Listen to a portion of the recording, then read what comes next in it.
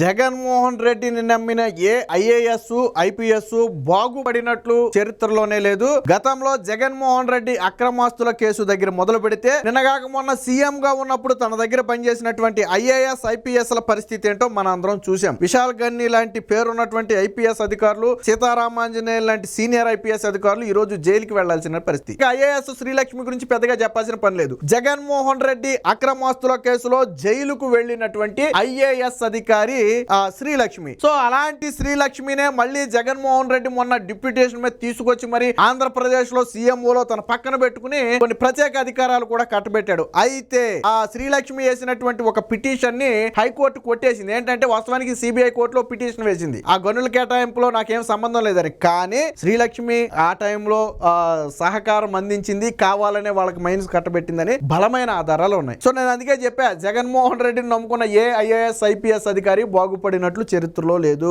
ఎంతో నీతిగా నిజాయితీగా ఉద్యోగం చేసి పేరు తెచ్చుకోవాలని ఆలోచించే వాళ్ళు ఈ రోజుల్లో చాలా మంది ఉన్నారు. సాధారణంగా రాజకీయ నాయకులు ఒత్తిడి ఉంటుంది, ఖచ్చితంగా నేను కాదు అన్న. ఫర్ ఎగ్జాంపుల్ చంద్రబాబు గారిని తీసుకోండి, ఇప్పుడు ముఖ్యమంత్రి దఫా పక్కన పెడితే ఇప్పటికే 14 సంవత్సరాలు ముఖ్యమంత్రి. బట్ ఏ ఒక్క ఐఏఎస్ గానీ ఐపీఎస్ కానీ చంద్రబాబు గారి హయాంలో ఒకరికి లబ్ధి చేకూర్చడం వల్ల నష్టం జరిగింది ఒక్క పేరు చెప్పండి మీరు.